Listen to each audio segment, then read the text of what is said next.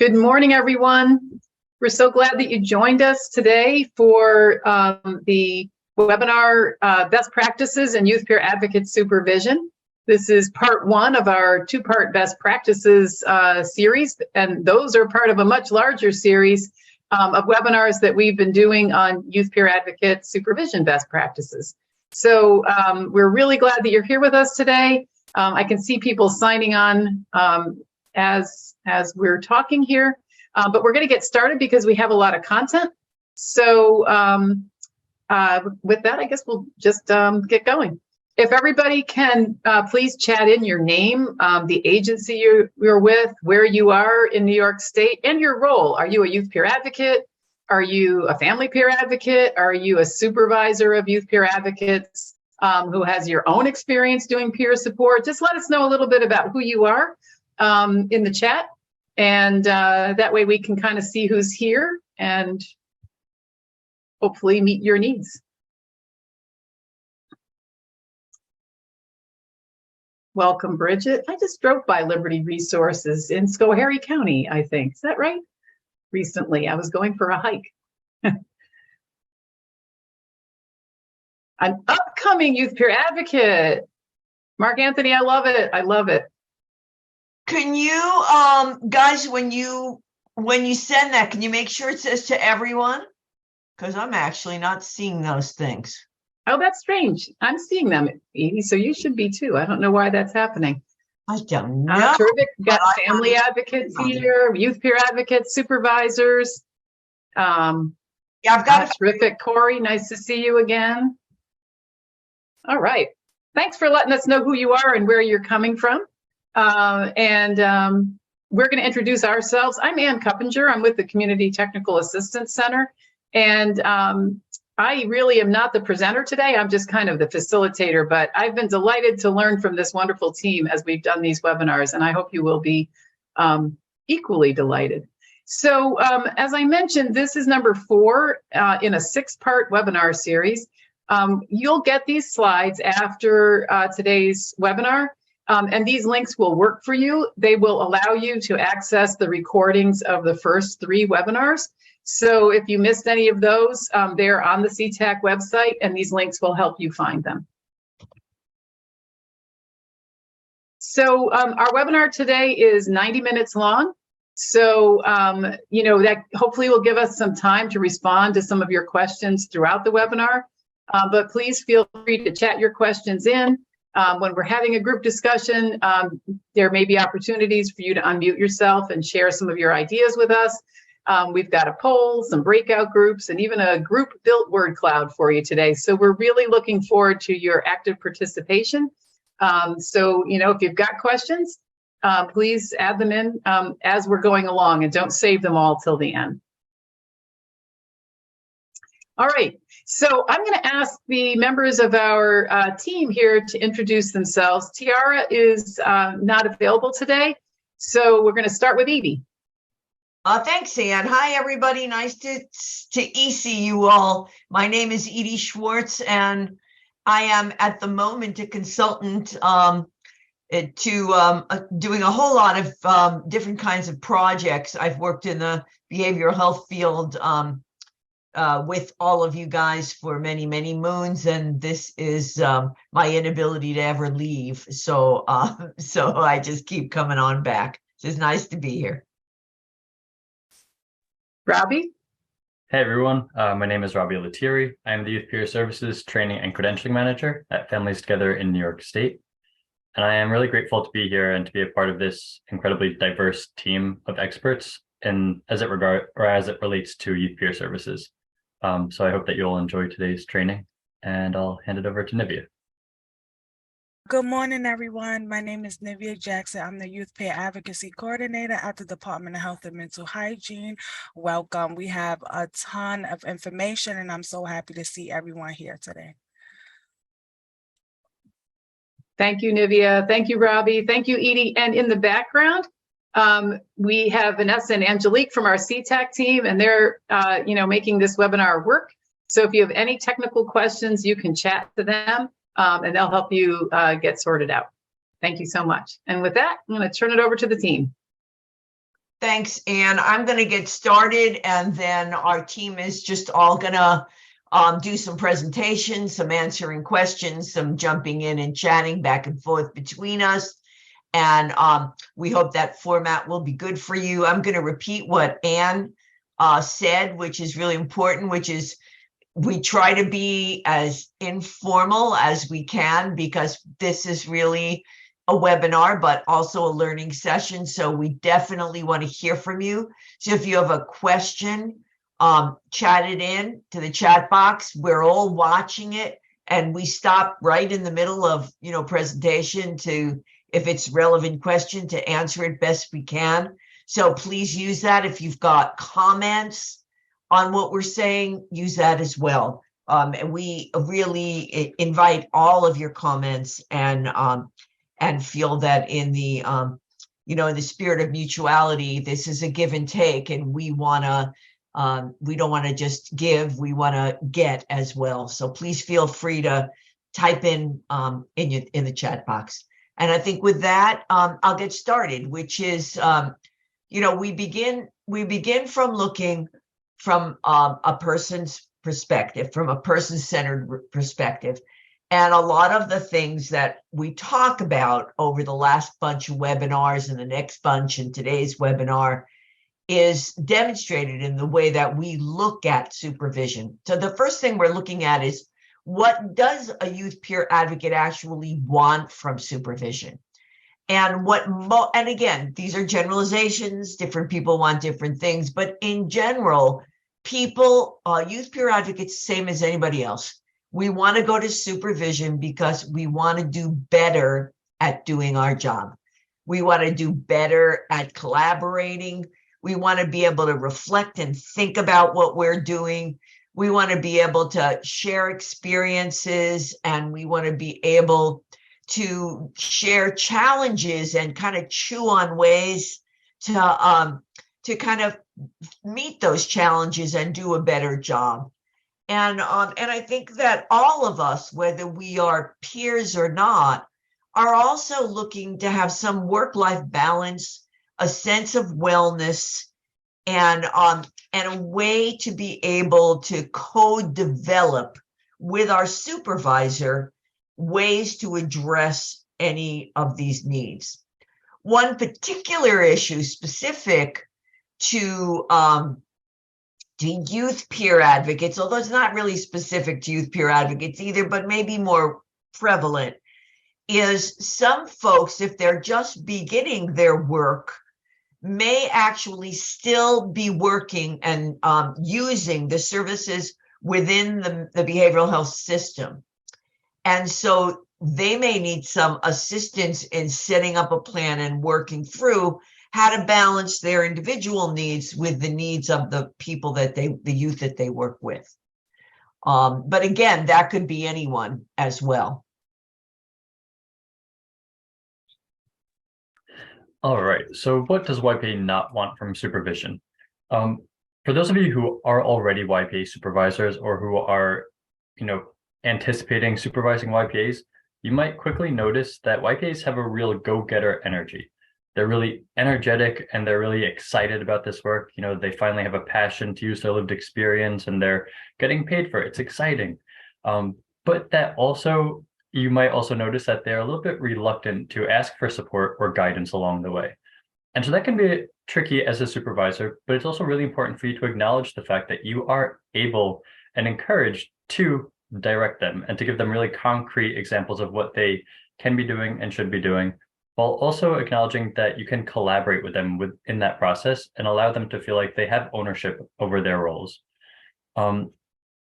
This also might be a role for young people or it might be their first professional role.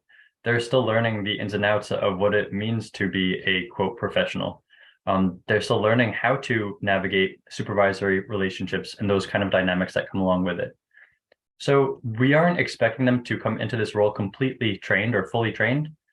However, also it's important to acknowledge that they probably have a lot of really incredible ideas, and it's important that we allow them to utilize that passion and to utilize those ideas and to really execute them in a way that's conducive to youth peer services.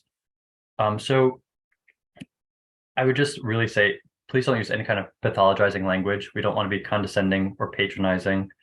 We want to really boost them up and show them that we are there to collaborate with them. We want to ask for their feedback.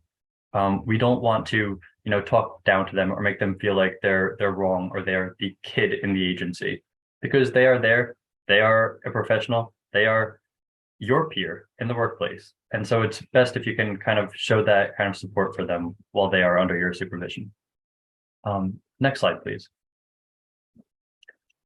All right, so in order to make supervision even better, it's important that we can acknowledge that as supervisors, we are YPA's like coaches. We are their mentors. I feel like a lot of supervisors are starting out, overseeing YPAs, and they think, oh no, I'm supervising a consumer, which is really old, outdated language, or I'm supervising a client. But it's important that you don't look at it from that perspective, that you're not viewing supervision as therapy, but more so as an opportunity to support a young person to grow professionally, to develop the skills that they want. Be open to asking for feedback on how supervision is going, on asking how their role is going. What do they enjoy about it? What do they not like? What is going well in their meetings with young people? And what isn't going so well? Ask them, how is your agency supporting youth voice? And how do they feel like they're being included? And maybe also ask, what can our agency do to better acknowledge your voice so that you feel more like a member of our team? I think it's just really important that we can be as clear as possible when it relates to the role of a YPA, because whether you have experience supervising YPAs, or whether this is your first time, or whether this is your agency's first YPA that they have onboarded, there's some gray area when it comes to youth peer services. It's a relatively new service, and we are still in our infancy stages, and that's exciting. And that means that you, as a provider or an agency who is offering youth peer services, you're kind of blazing the way for future youth peer services. And so that means that we want to have it as clear as possible for these YPAs so that they know what they should be doing when they are at work, what they shouldn't be doing when they're at work, what kind of professional boundaries do they need to have, how do they navigate professional dynamics and relationships? What does documentation look like? What are your expectations around their documentation? Do you want them to document their meetings as soon as they finish a meeting with a young person? Or do you want them to take one day throughout the week when they're dedicating their time solely to documenting all of their meetings? Talk to them about it. What do you think it should look like? And then also ask them, what do you think that this should look like? I'm going to hand it back over to Edie. Okay. So Robbie brought up a lot of really important pieces in there. And I guess let's get real. How do you actually do that? So how do you get that information that Robbie pointed out? And you get it this way, by beginning with a supervision agenda. Most people, and we don't have you all on screen, so I can't ask for a show of hands, but most people don't have an agenda for supervision. They just meet and they ask how things are, or they go over stuff. But the truth is, having a supervision agenda is helpful for you as a supervisor, and it's really helpful for the person that you're supervising. And what are the areas? These don't have to be exactly the topics, but these are the areas you want to hit, and the areas that Robbie brought up. So you want to talk about performance. Are you coming on time? Are things working well? Are you, are things going well? Is the paperwork understandable? You want to talk about growth and self-education, skill development, personal development. Are they able to get what they need resource-wise? Where are they going towards their own professional goals? You also want to discuss, very, very important, where is this particular peer advocate working? Are they working within a peer organization, in a non-peer setting? And what are the issues around that? Because as Robbie said, this is a relatively new field, and it is, I hate to say this, but it's not accepted everywhere, as all peer services are as well. Some are really accepted. We're doing way better now with adult peer work, that the understanding of its value, but it's still not 100%. So be aware of where the person you're supervising works, And is that a host setting? You know, when I first started in social work a million years ago, I was working in a hospital. That was considered a medical host, and a social worker was considered sort of the out kind of person. And we dealt with it differently than if I was in a social work organization. So that's important. How are people getting along with coworkers? You know, relationships are important at work, and it's important that that the person that you supervise is able to make relationships with their coworkers. And I don't mean friendships, I mean relationships. And then management issues. Are they following policies, procedures? Do they understand mission, vision, values of the organization? Are they having any issues with it? And of course, personal wellness. And, you know, one of our other webinars, there's a lot of talk about, it's got to be about the work. And it does have to be about the work. You're not there, as we talked about in a previous slide, to be someone's therapist. But personal wellness is our responsibility as a supervisor, no matter who we're supervising.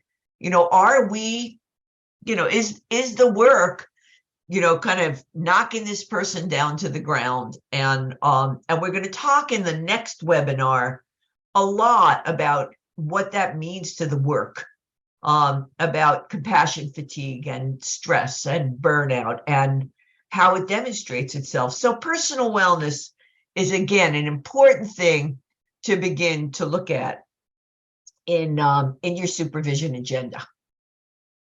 So I'm hoping, we're all hoping, that as you're listening to all of this, these are things you're thinking about.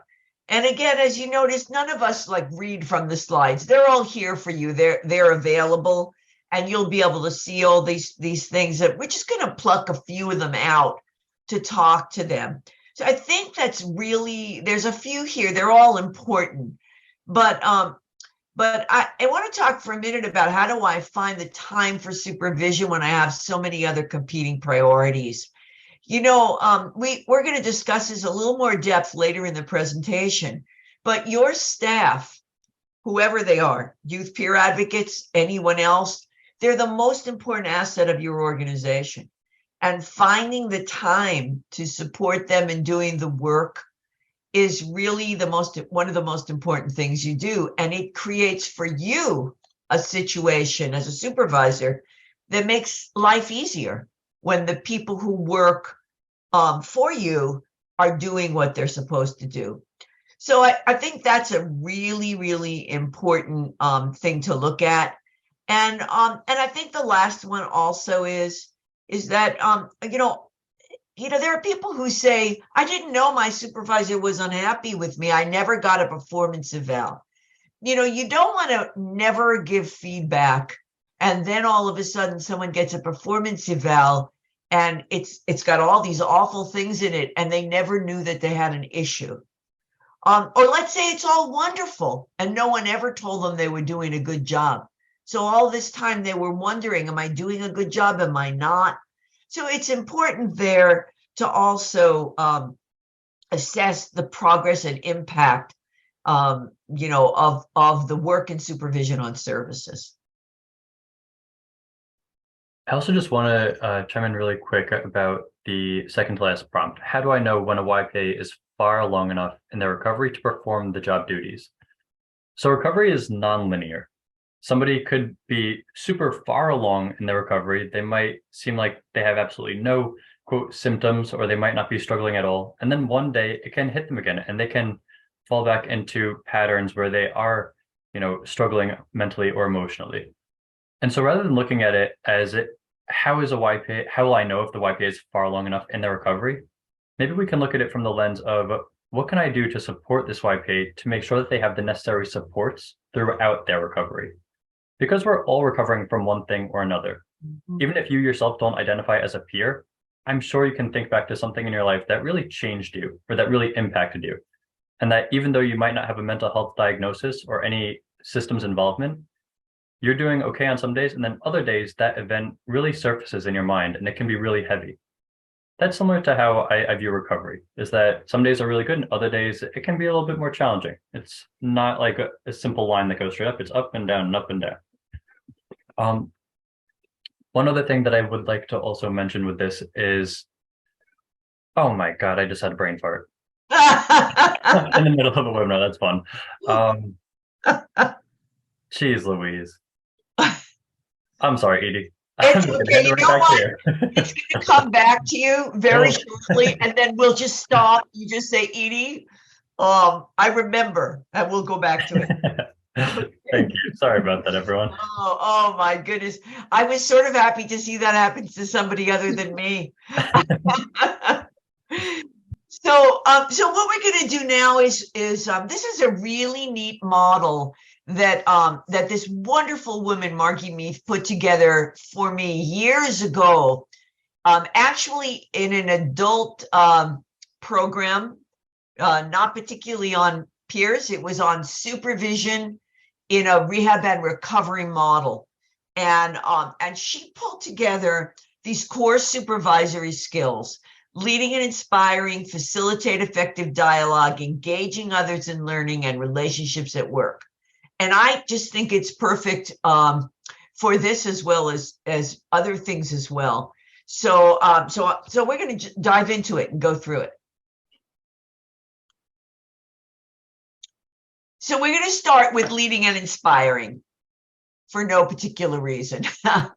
And there is a wonderful book that I read a number of years ago called The Leadership Challenge by these two fellows.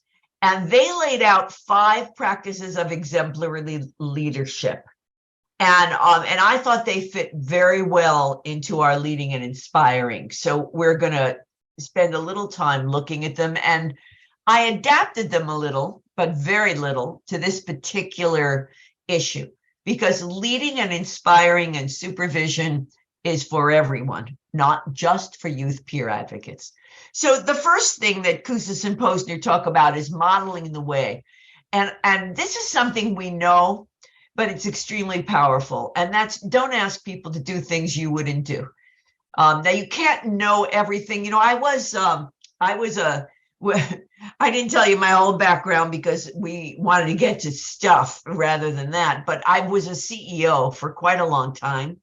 And I had to learn about many things. We had an IT crash. All of a sudden, I became an IT expert. You know, I had to hire finance people. I became a finance expert. We don't have to know exactly how to do something, but we don't want to ask someone to do something that we wouldn't do. And that becomes very clear to the people who work with you and for you. And you want to be clear about who you are. You know, when I began in this field, if any of you are as old as I am, we were told to hide who we were. You know, there's too much transference, counter-transference. It's all baloney. Be the person you are. Be honest and transparent.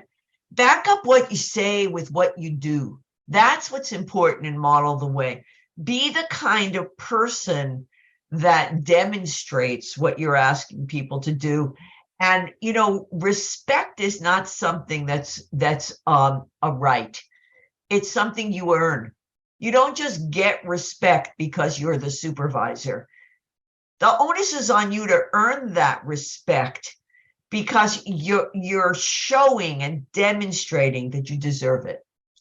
In Inspire a Shared Vision, you know, we do this work because we want to make the world a better place. Everyone who is in this wants to. Otherwise, we would be out making money. And instead, we're devoting ourselves to making the world a better place. Quite often, many of us, whether we have the title of peer or not, are trying to make the world a better place than the one we grew up in. And I think that's fairly common across our field. So use your dreams to invent the future for the people you supervise and live your life compatibly with that vision, such as, I believe in a recovery vision, and that's recovery for all, no matter the extent of whatever challenges the person has. I live that as a manager. I don't rush to fire, although I have disciplined and terminated many people in my career. But I believe that people have the ability to move forward. I have promoted people who I thought could do a job, and it winds up at a certain point, maybe they can't do that job. Then I help them to relook at what they can do and shine in. I live my life of my dream and vision through my management. And so not only should you inspire that vision and share your own, but try to figure out what the vision and the hopes are for the people you supervise. And that last bullet is really important. I mean, if any of you had a supervisor who's just dour and boring and dull, who wants to go to work? Have fun. Be infectious with your enthusiasm and your love of the work, because that's really what comes through. The other two, challenge the process, which is, don't be afraid of challenges. Challenges are good. That's what teamwork is about. And support good ideas and experiment. Take a risk. Let the people who work for you take a risk as well. I remember saying to someone who now has got a really big job, you be as creative as you want. Don't you worry. I'm right here behind you. And I won't let you fail or fall. If you're going to go over the edge into the abyss, I'm going to pull you out. Don't worry. Take risks. Experiment. People will do that if they know you're there. Lack of supervision is the greatest factor in lack of creativity, because people get scared and they feel unsafe. Enable others to act. Again, goes back to that seeing supervision as don't cancel it, don't change it. Your staff are an investment and an asset. And mutuality is important. Sharing power is essential. We've talked about that over and over. And encourage feeling strong, capable, and committed. Pull that out of folks. When you're a CEO and you're making changes and you have to help people to move on, there's a lot of people that you have to let go. But I have to tell you that I have never been in a situation where I haven't been able to say something nice about someone who is moving on, because I'm looking for something good in what they do. And there's always good in what people do. So make sure you reach for those things.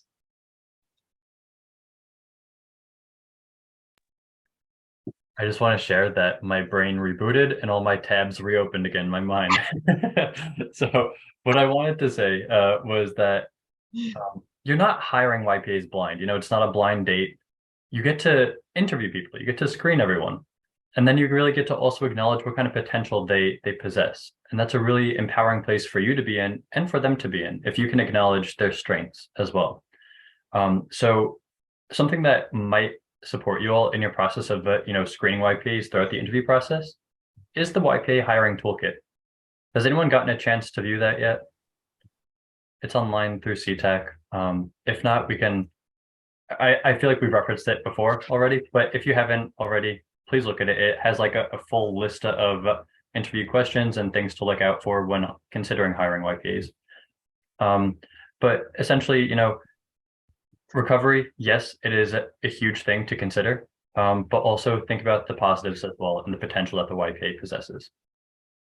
When we look at exemplary leadership, we're all human beings, so be human, be personable. I know for myself, I used to always pride myself like, oh, I don't need any kind of positive reinforcement. I give myself my own validation.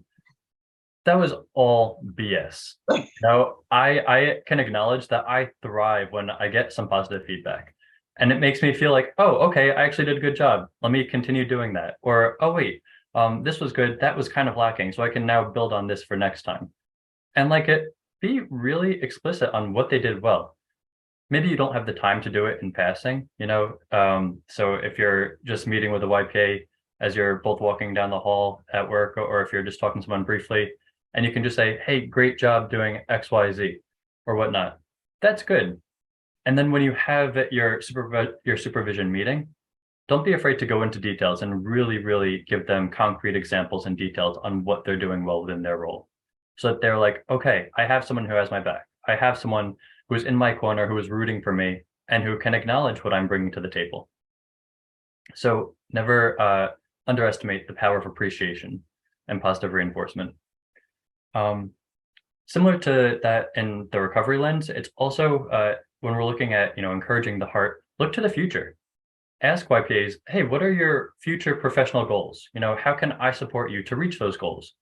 Do you see yourself working at this agency long-term, or are you hoping to move on to another agency in the future? And then if they can identify, or if they can answer that question honestly, then you can also come to the table and say, okay, so you want to be a supervisor one day. Let's work on meeting these skills so that one day you can be that supervisor. And then just helps them to feel like they're not stuck. They have some growth. This isn't a dead-end job, and that they're getting everything that they need by being in this role, while also supporting young people in their own lives. So it's like a double win. That being said, YPAs are bound to slip up sometimes, just as all professionals are. And it's okay if and when we do, but it's equally as important for that YPA, for that supervisor, to look at that situation not as like, oh my gosh, I can't believe I hired this YPA, this is a travesty, but instead being like, you know what, this is an area for opportunity and growth. How can I most constructively identify what went wrong? And how can we work to address this in the most constructive manner so that this YPA, that this young professional can learn from this instance and then grow to do better next time, and then also continue growing for their career. So just please be respectful, be honest and transparent, and then just always bring it back to that, word of encouragement. There might be times when you don't want to, because you're like, you're really getting on my nerves right now, but as many times as you can, just don't be afraid to just be kind, and show them that you are rooting for them and that you have their best interests at heart. It's funny, Robbie, because so many new supervisors think they have to be, and like new CEOs especially, I do a lot of executive coaching, think they have to be tough and mean in order to be a leader. And what you say is so important. You don't. You just have to be yourself. Exactly.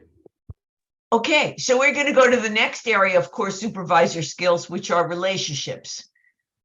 And what you want to be as a supervisor is confident, firm, and honest.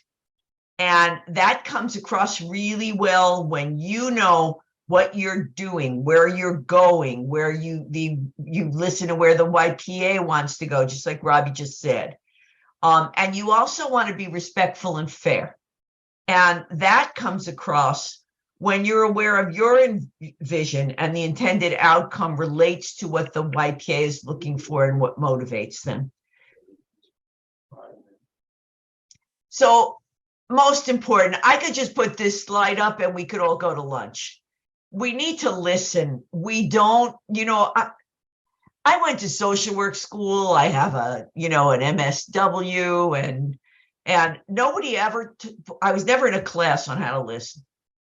There's all kinds of stuff we get taught in school, but we don't get taught how to listen. So when we listen, what we're really saying to the other person is what you have to say is really important. And I am going to try really hard to understand where you're coming from. And in supervision, this is key. I remember, any of you as social workers know this. It's like, you do these practice things where you write everything down and these process recordings. And all I was doing while people were talking to me was thinking about what the next thing I was going to say was. I wasn't listening. And I think that it's important that we be the kind of supervisor who listens. I think we just fell off the wagon there for a second. So Vanessa will come back. Here we go. Good. Pretty seamless. I'm impressed. Be present and person-centered. And we're going to talk a lot about this coming up as well. And what I mean by this is each person who you supervise is a human being with specific skills, goals, challenges, strengths. Be open to being guided by the person you supervise. Be present when they share those things with you. Share and acknowledge successes and accomplishments, as Robbie talked about, how important that is. I am lucky enough and blessed enough to have received a number of awards in my lifetime. And I'm going to tell you, they are all over my room. I am extremely proud of them. They're not just something. And even though some of them might have just been, as fundraisers to bring in a table full of people, I get that, but they still chose me. So remember that when you choose someone, when you encourage them, when you give them kudos for their successes and accomplishments, it feels good, feels really good. And also make sure you're looking at the cultural background of the person who you're supervising, as well as your own cultural background, and bring that culture into your supervision. And be aware of traditions and values and share them. Go back to listen. Look for the good in people. Remember what I said before about, I have never, ever fired anybody disrespectfully. I won't. It's unnecessary. There is not do we lose our temper? Do I yell sometimes? Do I say stupid things? Yes. And then I go back and apologize. And I say, well, this isn't the way it needed to be, but I'm very sorry I presented it in that way.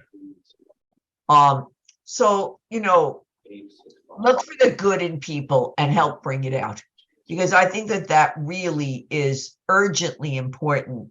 There is good in everybody, and we need to try to find that good in them, at least in our field. I'm not sure there's good in everybody everywhere in the whole world, but there are some people lately in the course of things that I've had trouble finding that in. But look for the good in the people you supervise and encourage that goodness.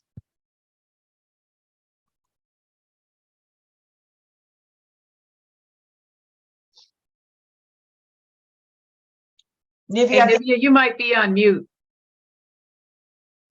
Yes, I am. So when we speak about onboarding fully, and I think this is an extremely important topic, especially with the first one of the YPA knowing the job responsibilities and outcomes for the role. So I think it's extremely important to not just hand YPA a job description and expect for them to go back and articulate that within themselves, but I think it's best to have that shared mutual understanding of each party sitting down together and reviewing the job description and going over anything that may be confusing, which goes on to the next point of being clear. So be clear about the YPA job responsibilities and expectations. So I think it's extremely important to lay down mutual expectations that both parties agree on, which will make the role more easier to navigate for the YPA. Introduce. Most of the time when YPA come on board, they usually introduce them to the smaller program itself and not the larger agency.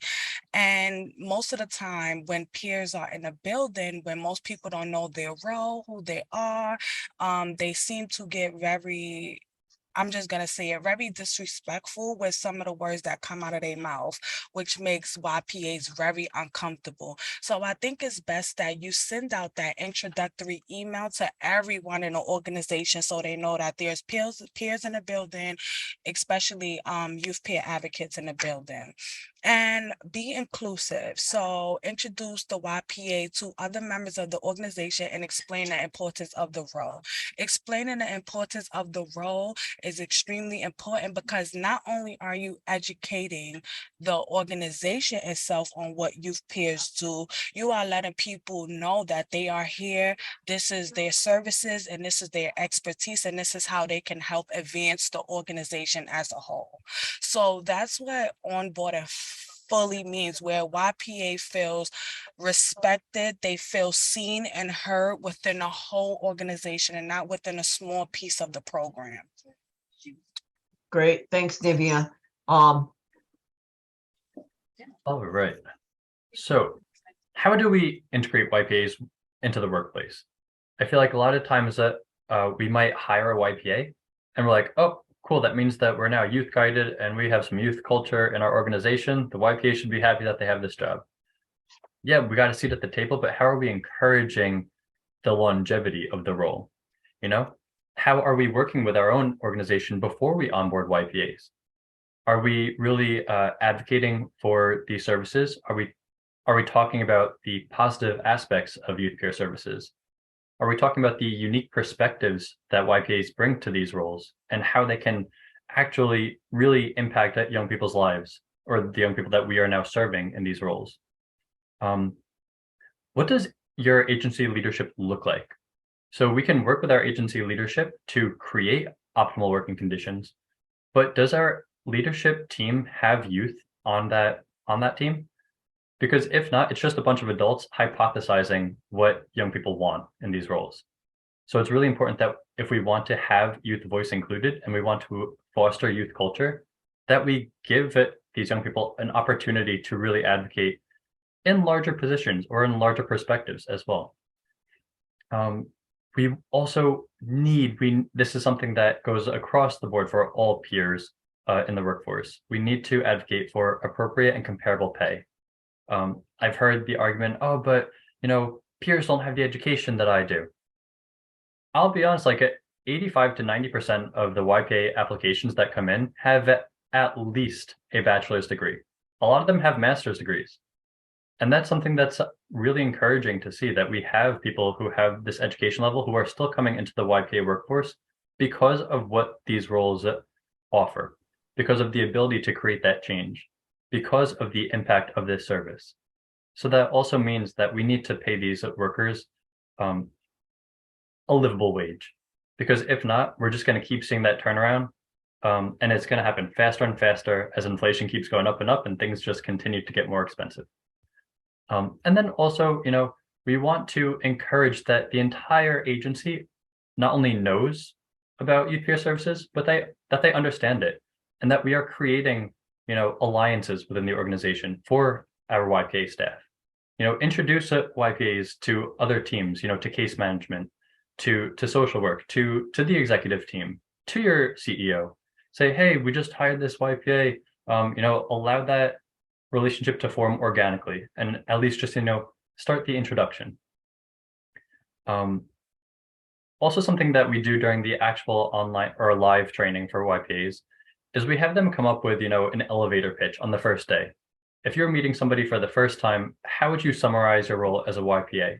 And get them comfortable, get them really thinking about what they do in their role and how they can summarize it, so that when someone asks, what is a YPA? I've never heard of that before. They know on the spot, oh, well, I have my own lived experience and I'm now able to support young people, offer emotional support, systems guidance, and community bridging opportunities. Just something really short, sweet, and to the point that really condenses their role as a YPA, so that they're able to educate their fellow coworkers, and they're also really able to identify what they are doing with the youth that they are supporting. Yeah, that's great, Robbie. It's actually important for so many different areas of our field, where our outcomes appear amorphous, but they don't. We can put them all in an elevator speech and make it a whole lot easier to understand. I like that. So this is number 3 in the supervisor skills, which is engaging others in learning. And that's constant learning. And the only way to do that is to individualize. I love this quote, which again is not specific to YPS. It's important that supervisors use their power to educate in a way that neither squelches the learning of supervisees nor abandons the responsibility for the supervisees' learning. I have heard so many things about when I do these kinds of leadership seminars. Well, I'm not here to be the person's therapist. I'm not here to hold their hand. We are. I mean, if you ask me what I'm most proud of in my career, it's mentoring folks to be able to feel empowered enough to move up. Things like finding, like Robbie said before, finding out what the professional goals are and making sure that you're helping them to get what they need to move forward. Let's talk a little bit about feedback, because there's giving feedback and getting feedback. And I think it's really important as a supervisor to give feedback, but it's also important to get feedback. So let's talk a little bit about some tips on giving feedback. We want to make sure that we know who the YPA is and that we're in a safe space before we start to offer tons of ways they should do things differently. Is the YPA in a place where they can hear the feedback? Are you sitting in a place where they're going to feel unappreciated, where they do you not even know who they are? So you don't know how they work, but you're already racing to give feedback. So get to know who your supervisee is and make sure you're in a safe space where the person can hear it. Always begin strength-based. Our work is strength-based. Why isn't our supervision strength-based? So think of the positive. Think of the things that work well. Look at the challenges and turn them into positives. And be aware of the power struggles between you. Be aware of the issues that may impact. I have a story that I still remember from probably 25 years ago when I was supervising a program, and I went into the kitchen of the program after hours, and everyone was sitting around, and I wanted a cookie. I went and I got an Oreo cookie out of the closet, and it was dirty. And I just said, well, this place is a pigsty. Just saying. I wasn't meaning anything by it. An hour later, I go back. There's scrubbing, there's gloves on, I'm like, what are you doing? Well, I was the director, the big director. And I made that comment, and I didn't mean it that way. But that power issue was huge, and I didn't see it. From that day on, I have become much more aware of the power that sits with my title before I open my mouth. So be aware of the power issues, and also, don't expect change tomorrow. Who changes tomorrow? People have to think about things and process them. So that's for giving feedback. What about getting feedback? Be aware of your own defenses. Hearing things that are difficult is not only challenging for the supervisee, it's challenging for us too. Again, I'm talking again about the power differential, but guess what? If you can lessen that power differential or eliminate it totally, confrontation disappears. You just have to trust me on that and try it. There is no confrontation when you're really practicing mutuality. There's only give and take. And very important, don't let the YPA become discouraged by what you're saying. Encourage them to use that feedback to build on what they do really well and offer better services. Because you remember the first slide, what do they want? They want to provide better services. So help them to feel empowered to be able to tell you what they're struggling with, and for you to be able to be respectful, honest, transparent, and allow them to get those things better. There is a bit of a question in here, which says, oops. Where do you believe the line should be drawn between therapist and supervisory support for further career development? That's a great question, and it's different for everyone, but I'm going to tell you that therapy is about working on your own issues and how they impact your life. Supervision is about working on issues that you may have that impact your work. It's quite often that I will say, I bet that issue gets in the way of your life as well, but we're not going to talk about that here. That's for you to deal with in your personal therapy. Here we want to talk about how it impacts on your work. So it may be the same issue, but you're not going to go into how you pick relationships, how you get along with your mother, how you mother your child. You're going to deal with it on the way that it shows itself in work. It's not cut and dry. It leaks over into both areas. But just because we have a skill doesn't mean we have to use it. So just because you are a therapist doesn't mean that you have to then say, I see that you have real challenges in the workplace with getting here on time. I bet you're always late to pick up your kid too. You know, we don't want to go there. And so I think that it's a give and take and a flow. Any other thoughts on this?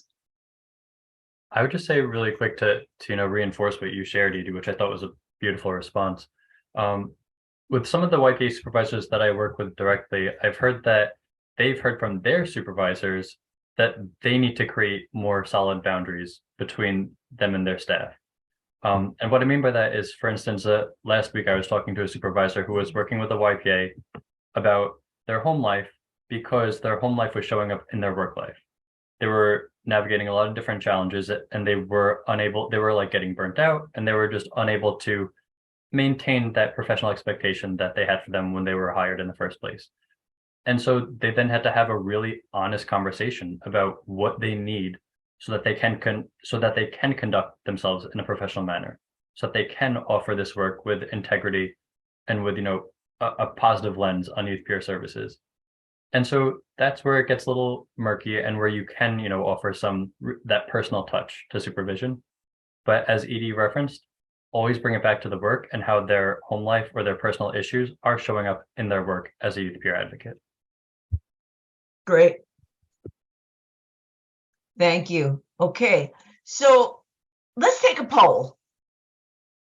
So I want to know, and please be honest, okay? There's no names on this. To what degree is individual supervision part of your routine practice? If you're a supervisor, and most of the folks on here are supervisors. So go ahead and fill this out. To what degree is individual supervision part of your routine practice?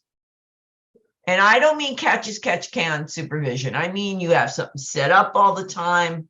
You talk to your supervisor about supervision. It's routine.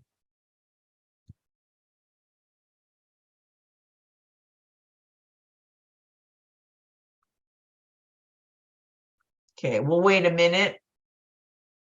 Vanessa, you'll be able to see when they stop coming fast and furious, and we'll go right to the answers.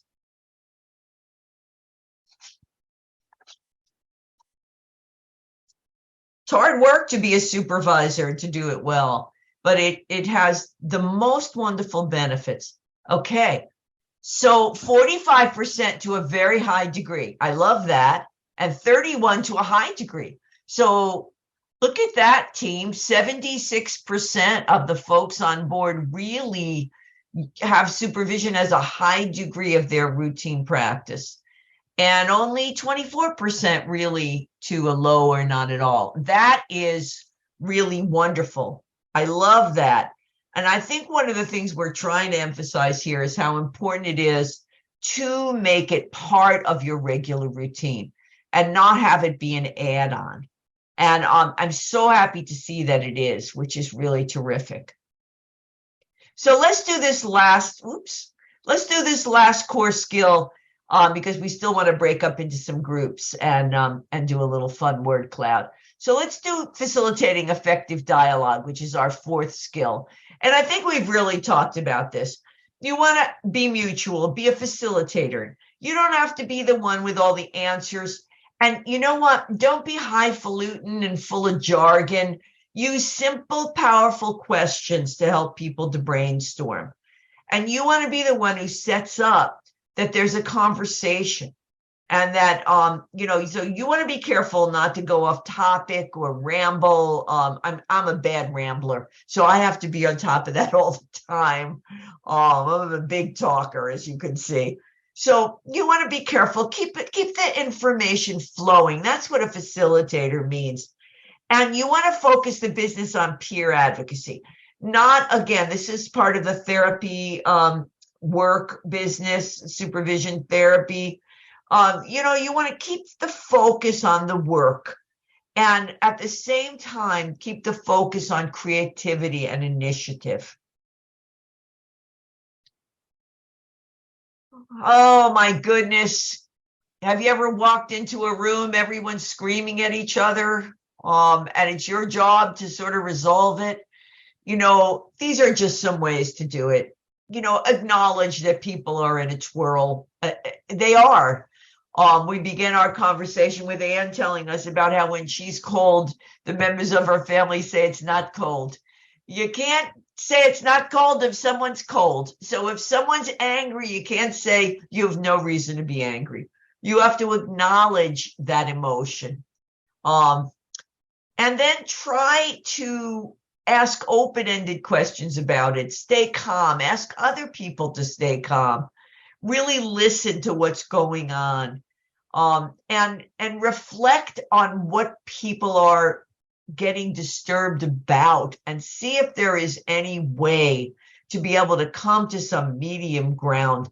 If you disagree, if it's absolutely something that has to be dealt with, do it diplomatically.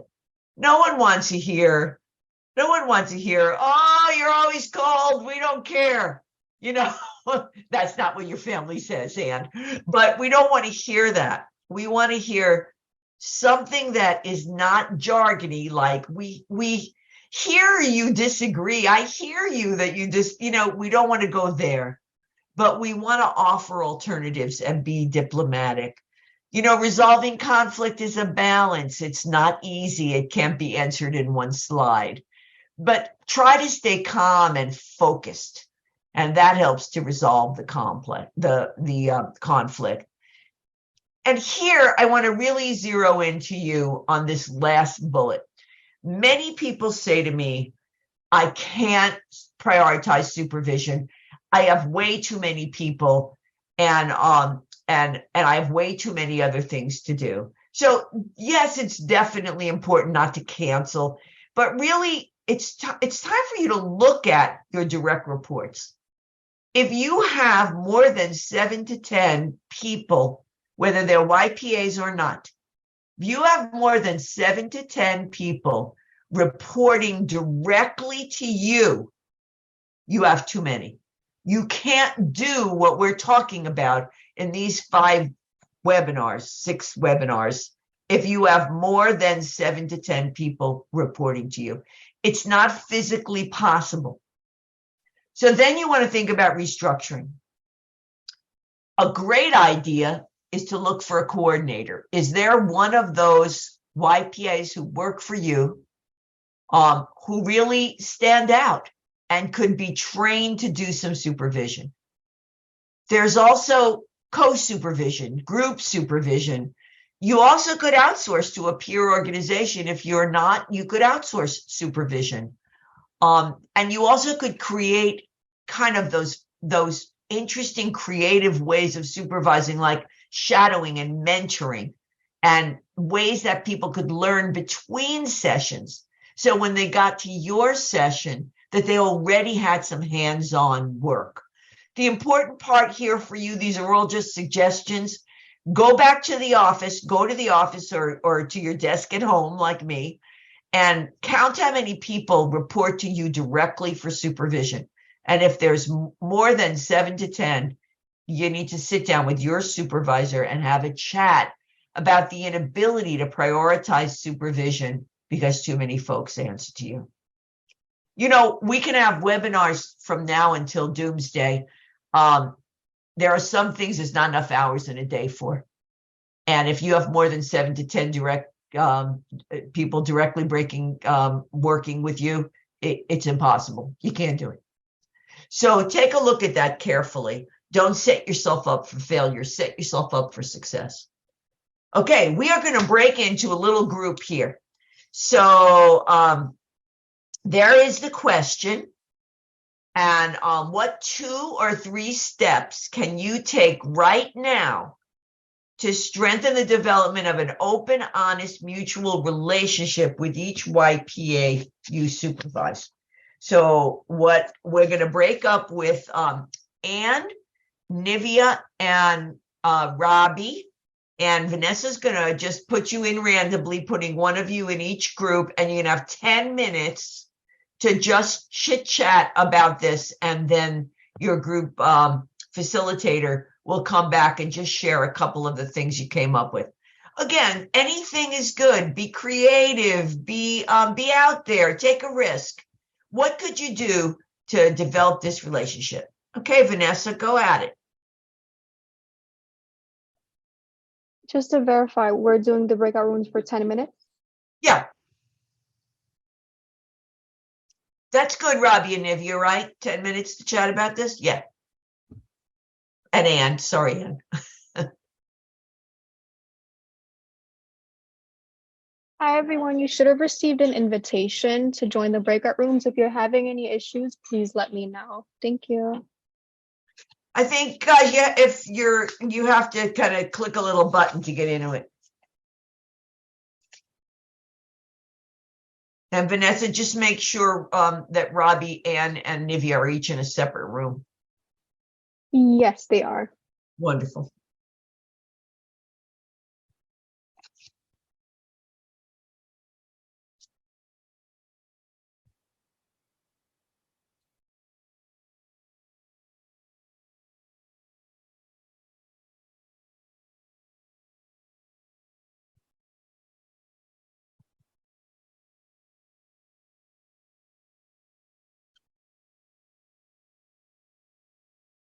Hi, everyone. Once again, you should have received a pop-up to join the breakout room. Please let me know if you are having any issues.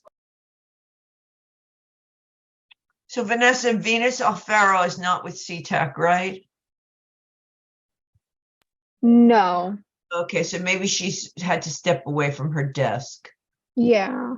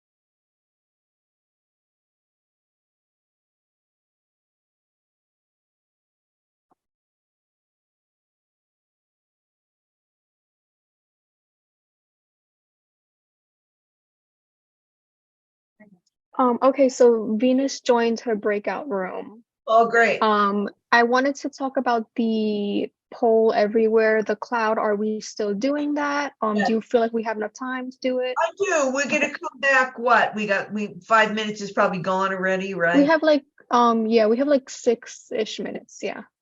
Yeah, maybe we'll squeeze a little bit off of that. I think we'll have time to do it. My recap's gonna be 2 minutes at the most.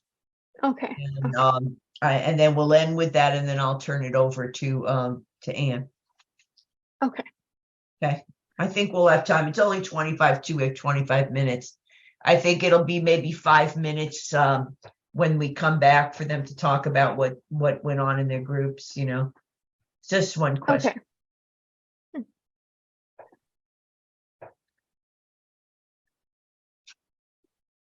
The word cloud is kind of fun.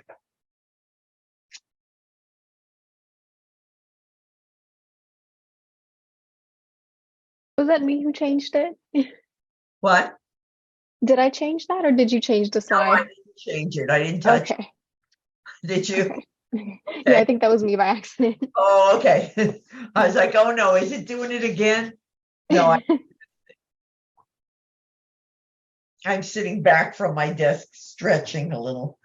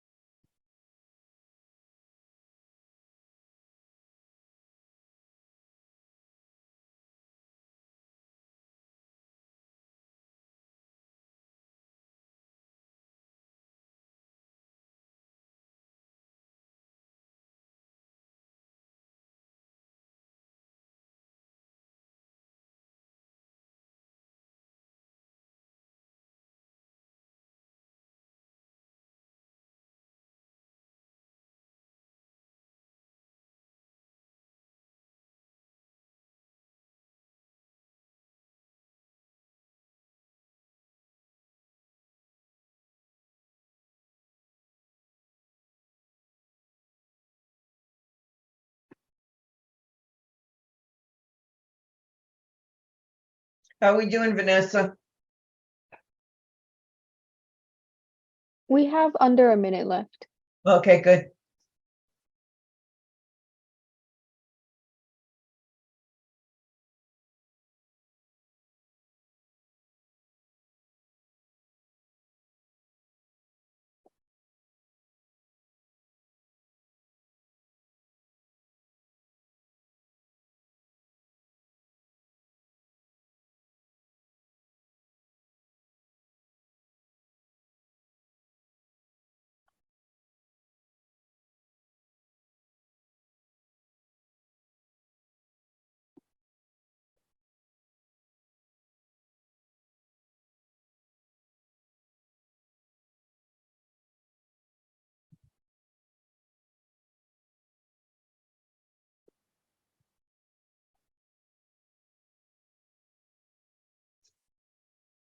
Okay, I'll be bringing everyone back now. Okay.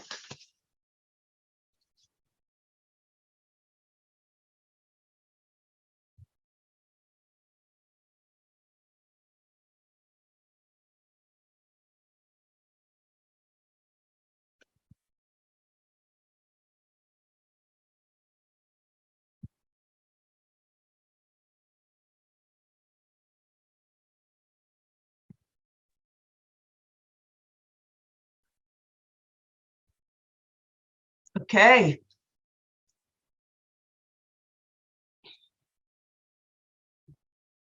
Vanessa, just let me know when everybody's back in. Everyone's back. Everyone's back. Great. Well, how'd you guys do? Did you come up with a few things that we can do right now to strengthen the development of an open, honest, mutual learning relationship? Nivea, Robbie, and Anne, what'd you guys find? Is any just a couple minutes so we have time to move on? Do you have any great tips for people to share? Yes, my group came up with some amazing tips. So the first thing we have on our list is be honest, but also being honest about something you may not know. Maybe that's a teachable moment for your YPA to teach you as a supervisor. Also clear responsibility, which will eliminate a lot of confusion. Increase knowledge, also brainstorming ideas together, the supervisor and the young person. Clearing up any confusions, whether that's around the job description, the role, the expectations, clearing up any confusions. I really like this one, taking your supervisee out to lunch, which is a new environment for them to kind of really be open and transparent about things. Listening to each other. So a mutual listening relationship and supporting each other, whether that's through coaching, group supervision, and sharing training knowledge. So one of the things we're really trying to promote is if an individual in your program or organization going to training, just really taking back that information and sharing it with others who may not have the opportunity to be present. Hence this training, which is very amazing. All those recorded. If there's something that really stands out to you or things urgency that you think your team should know, please feel free to go back and spread the information and the knowledge. Excellent. Oh, good group. Really good. Thanks, Nivea. Thanks, group. Anne, what'd your group come up with? Anything different? That was pretty comprehensive. Well, our group is talking about using shadowing and how important that is, and also not throwing somebody into the deep end. Like, this is a new job, they're encountering new situations, so they're not going to necessarily, they want to make sure that the youth peer advocate's comfortable and, able to handle the situations that they're walking into. And a couple people really talked about how much they are making sure that the youth peer advocate feels part of the team. They're both people who spoke were team-based services. And also the idea of letting the youth peer advocate be themselves, not trying to, just letting them come to work and work the way they work without being overly rigid about expectations, and learning that actually is fine. And really engaging them in, they also talked about having the whole team interview the candidates for youth peer advocate positions. For a couple of reasons, but partly to benefit from the perspectives that different members of the team have about what's needed and what can work. So those are just a few ideas from our team. Excellent. Boy, that was great. Robbie, how about you? Got anything else your group came up with? Yeah, so my group came up with a really great list. So first one was communication, and on top of that, frequent communication. Also considering what your YPA's communication style is, or what their communication preference is. Mm-hmm. Do they like it talking on the phone? Do they like having face-to-face meetings? Do they like having Zoom meetings? What does that look like? Be conscious of their scope of work as well as their workload. And when YPAs are out in the field, be readily available in case they need to call you for a crisis or just for a general question. So like having an open door policy. Something else was not micromanaging, but having a really clear way to look at their role, or role clarification. Something that someone mentioned that I thought was a really cool idea in terms of how it relates to a positive office environment, was it promoting self-care by having like a self-care bin. So like with different self-care products, and not for them to take and use with their youth, but for them to use on themselves. I was like, wow, that's a really awesome idea. Yeah. They also mentioned that, their office space in their building is in the basement. So they have like the happy lights, or, those sun like light bulbs, which I thought is pretty cool. And then someone else looked at how to, in other words, manage like that bad fruit. So like if there is one person that is, talking a lot of smack, how do we, isolate that person so that doesn't infect all the other YPAs and, create some fungus throughout the bunch. But I thought those were all really great ways. And then looked at, what might hurt the relationship is a lack of understanding, both in terms of what YPAs do in their role, and then also a lack of understanding how much YPAs are actually doing. Because if you take the time to really talk to these YPAs and to look at what they are doing, you'll notice that most of these YPAs have extremely high workloads. And there is probably a lot of ways that we can support them if we simply just ask what they need. Excellent. So you guys did a great job of really thinking outside the box, and I think that that's what's really important here. So thank you for that. Thanks for joining in, all you guys, and really giving us all some wonderful tips on how to move forward with this. Supervision is a skill, and it's something that we all need to cultivate and learn. So just to summarize for a minute or two, because then I want to do one more fun thing before we answer a few questions and turn it back over to Anne. And so just to summarize again, what we've gone over today, make sure that you understand what the YPA does. There are ways for you to understand those things. Don't be afraid to participate in trainings that are designed for YPAs, to read articles, to talk with experienced YPAs, to listen in your supervision to what goes on. You can't supervise someone to do something you don't know how to do yourself. So remember to understand what their practice is. And remember that each person you supervise, no matter who that person is, YPA or any other person, is an individual with individual knowledge and skills that they need to perform an individual work task. So be person-centered and be specific to each particular person, and advocate for your supervisees to get what they need, however that is: space, more interaction with the whole agency, time for supervision for you, you being able to have the time to supervise them appropriately, and creating those opportunities for shadowing and mentoring. Make sure that you're demonstrating support to help the development of very specific, unique knowledge and skills that the YPA needs, not just to survive, but to thrive. And I want to do one more thing with you before I let you go. And this is kind of fun, and we're going to hope it's going to work. So we're going to create a word cloud. And what we're going to do is we're going we're gonna ask you to click on the link that Vanessa just put in the chat box. All right. Hey, Vanessa, it's showing up not as a link. Maybe you have to post it separately from your comment. Yep.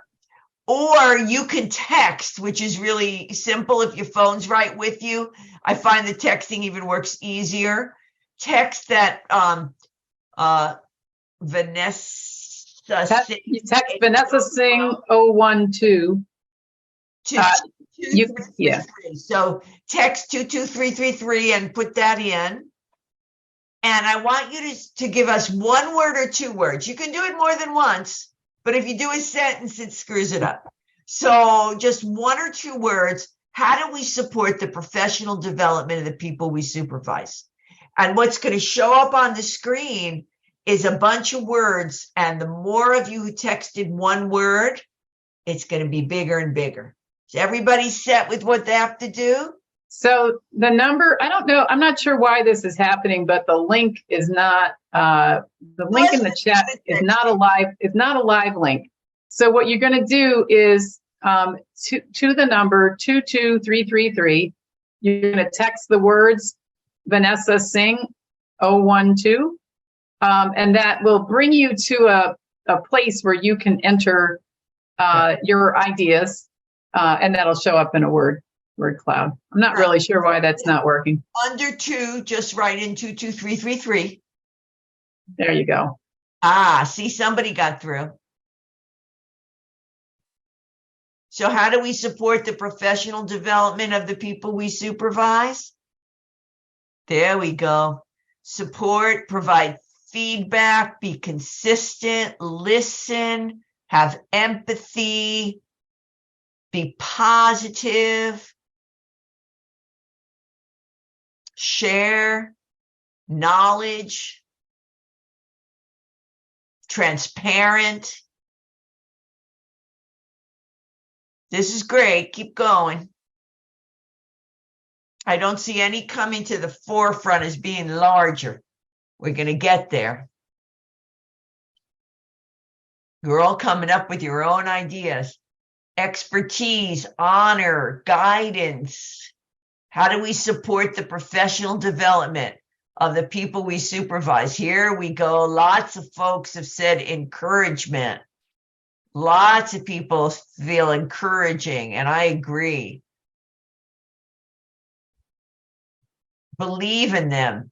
Create networks, opportunities.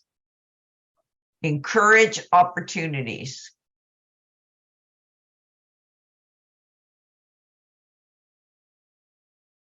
Another minute.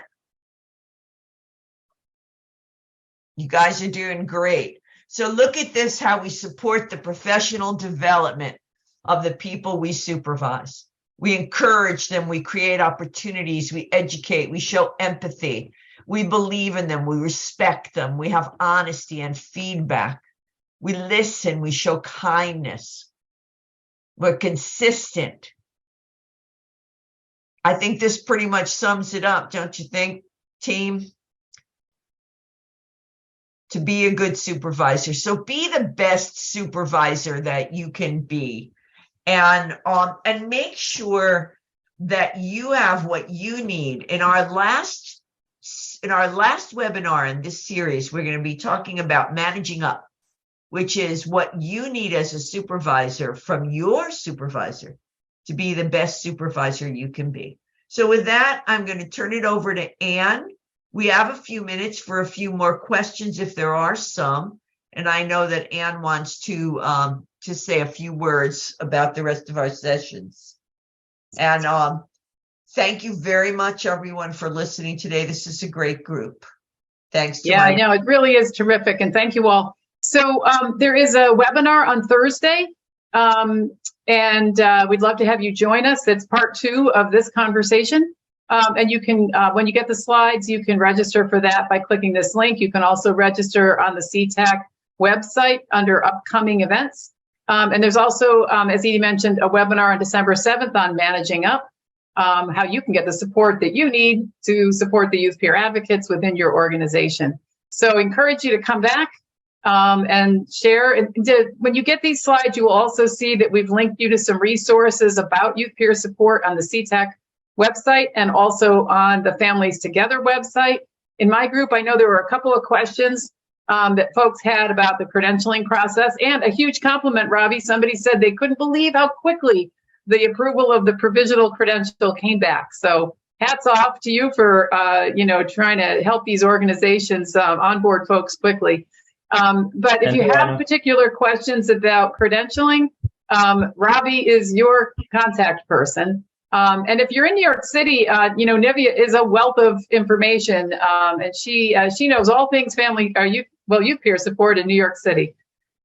So those are some resources that you'll get. Our team, Vanessa and Angelique, are going to put a link in the chat, and it's a survey that we want you to fill out, just letting us know what your experience was on this webinar and ideas you have for future topics. So please, when that link gets posted, please click on it, and you can complete the survey. That would be really helpful for us to get your feedback. And with that, I'm going to turn it back to Edie, who's going to use the last couple of minutes we have to open the floor for any questions that folks have. Yeah, if you have any questions, I think we still have to, do we have to type them in, or can people speak? No, they can unmute themselves if they want. So you could, I don't know, never know what platform we're on with the Zoom. I know. Just unmute yourself and kind of call out a question if you got one, and any of us on our team can dive in and answer. Any questions, ideas, comments? You could chat it in too if you like. We've had a few chatted in and gone for them. There have been some good comments and questions. I do have a quick question. I just wanted to ask the group, out of all the best practices that you all learned or expanded your knowledge on, what is one best practice that you're going to use immediately after this training? Oh, that's a great question, Nivea. What do you? And you can feel free to just type the answers in the chat if you don't feel like talking. I always say it's one thing to sit on these knowledge dissemination webinars, but it's another to learn something you can go out and actually do. So what do you think? Which one are you going to do tomorrow?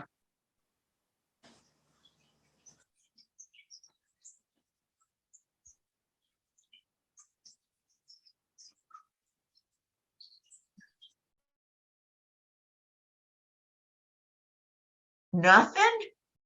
Did we just yak for an hour and a half for, oh, there we go. Excellent. Thank you very much. You're just shy, you guys. Learning from each other. I think that's really important. Mutuality, I don't know what it is about our world, but it's hard to create that mutuality. And there's so much we all have to learn from each other. That's so important. Motivating the YPA. I feel like as a supervisor, the hardest thing to do is to give the supervisee space to try new things. We get stuck in the way where we've always done things. That's a very important comment. Be creative, be bold, try new things, let the YPA try new things, be there to support them. These are great, great, great ideas. Who's going to go back and count how many people report to them? Start thinking about that. I like the idea of self-care basket. I like that as well. Very much so. It was a great idea. And Corey's also saying, making sure their professional development is an important conversation during supervision. Yes. We had a chat in our group about how to retain YPAs, and whether they stay in the peer work as a youth peer or maybe as an adult peer, or whether they choose something else, it's really important for them, to feel like they're moving forward professionally. Any more?